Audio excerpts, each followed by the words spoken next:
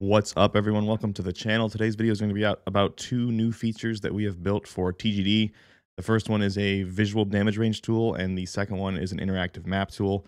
Both of these features are kind of helping direct TGD towards what I've always wanted to do with it, is make it more of like a, rather than just like telling you the TTK of two weapons and trying to decide which one's better from that. I want to start building real tools that take those numbers and make them a realistic thing that helps you actually understand which weapons are better. So the first one we're going to go over is the damage range map. I think the best way to show you and explain this damage range map feature, this is a premium feature, by the way, but I think it's cool enough that it's worthy of being a premium feature. The other feature we're going to go over later on is a free feature for everyone. But let's do this first. So damage range map over here on the left, the first thing you have to do is build some weapons. So I'm going to build out, let's do the Fennec. Do Fennec, and then I'll add another Fennec and maybe a Kastov 762. And then for this Fennec, I'm going to put the barrel that extends the damage range, because this is a tool for visualizing damage range. So we're going to put on this ZLR 16.5 ignition, gives 40% range. Pretty crazy. So we've got the increased range, and normally you can see the range in the charts and stuff like that, but like just seeing that little change there without context doesn't mean that much. And that's what the whole point of this tool was.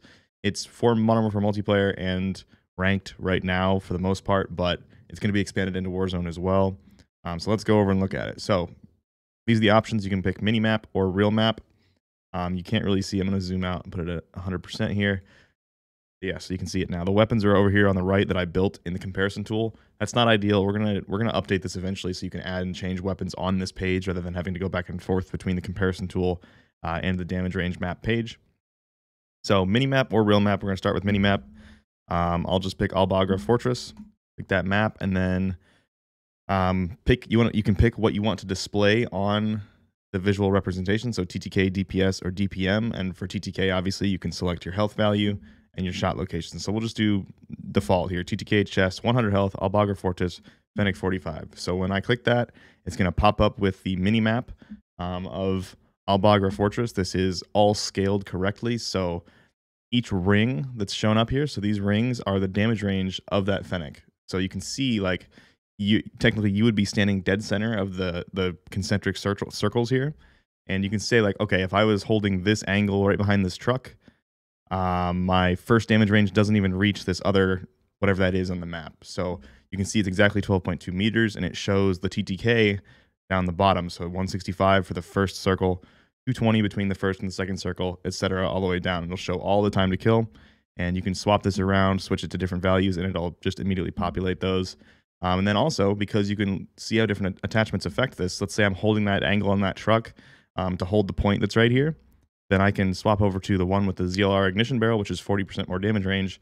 It'll update that, and you can see that now my damage range holding that exact same angle reaches out to someone who might be behind this. So you could use this to, like, almost plan competitive roles and play styles with different people for the different maps. If you have like a squad, you could plan out who's going to use what and what angles they're going to hold because they have those weapons. I just think, like, the depth that you could go with this would be crazy. Like, this is min-maxing to the ultimate level, and I think it's super cool. The other thing you can do is you can swap over to the real map version. So this is going to be less accurate because there's some distortion with FOV and the fact that I can't go all the way up into infinity to take the screenshot. The real map will be less accurate, but it's also, I think, pretty cool. So this is a top-down view of the real map, though that this is where we were just talking about. The map is upside down here compared to the one we just looked at. So if I put this back on there, you're going to see that the damage range basically reaches the exact same point on that truck. So these are all scaled appropriately between all the different maps. Every map in multiplayer is available, both mini map and real map. Let's swap over to the Kastov so you can see what an AR would look like here. So you can see the AR damage range is just dramatically further, even without attachments. So yeah, that's the feature. One thing that is missing from this currently is all the points that are important for, like, all the different game modes. We don't have those on the mini maps yet, but definitely will be adding that very soon. That's one of the next things on my list, just to kind of finish out this feature for now. But yeah, that's the whole feature. I think it's pretty sweet. I think the applications this is the first feature I've ever built with, like, multiplayer in mind. This is a Modern Warfare 2 ranked multiplayer. I was like, oh my gosh, this could be super useful for anyone that's trying to figure out the best attachments, best places to stand with those attachments. It just adds a layer of visual understanding to your weapon builds. Next up is the free feature that's available to everyone right now. This is also going to be the basis of the tool that I just showed, the damage range tool. We're going to do that on Warzone and Ashika Island eventually as well. But for now, we don't have that on here quite yet because the system we had to build this out in is completely different. So we'll have to just basically redo a lot of the work to make it work for this style. But this is warzone-maps.com. This is a URL that I purchased. This will eventually be on TGD as well. But for now, it's only on warzone-maps.com. It is live right now. You guys can use it anytime you want. So basically, it's a super high-res map. So I did a bunch of work to make this as high quality as possible so you can zoom way, way in and see all the POIs. Works really well, works really smooth, works well on mobile too. So basically right now we have all the cache locations. So if you don't know what the caches are, these have like in Warzone 2, probably an average of like $3,500 in each cache. So you can use this map to plan out drop spots like where you want to drop, where there's a bunch of caches and a nearby buy station, so you can get your weapons loadout immediately. So there's 4 caches on this little island over here. There's also a helicopter nearby. So right now we have caches, helicopters, buy stations, and the ammo depots. So you can see the ammo signals or symbols are all around the map as well. This is going to be expanded. I got so many ideas for this. I also wanted to do this with DMZ, so I'm going to get all the locations of important things for DMZ and build that out on the map as well. And then also we have the same thing for Ashika Island.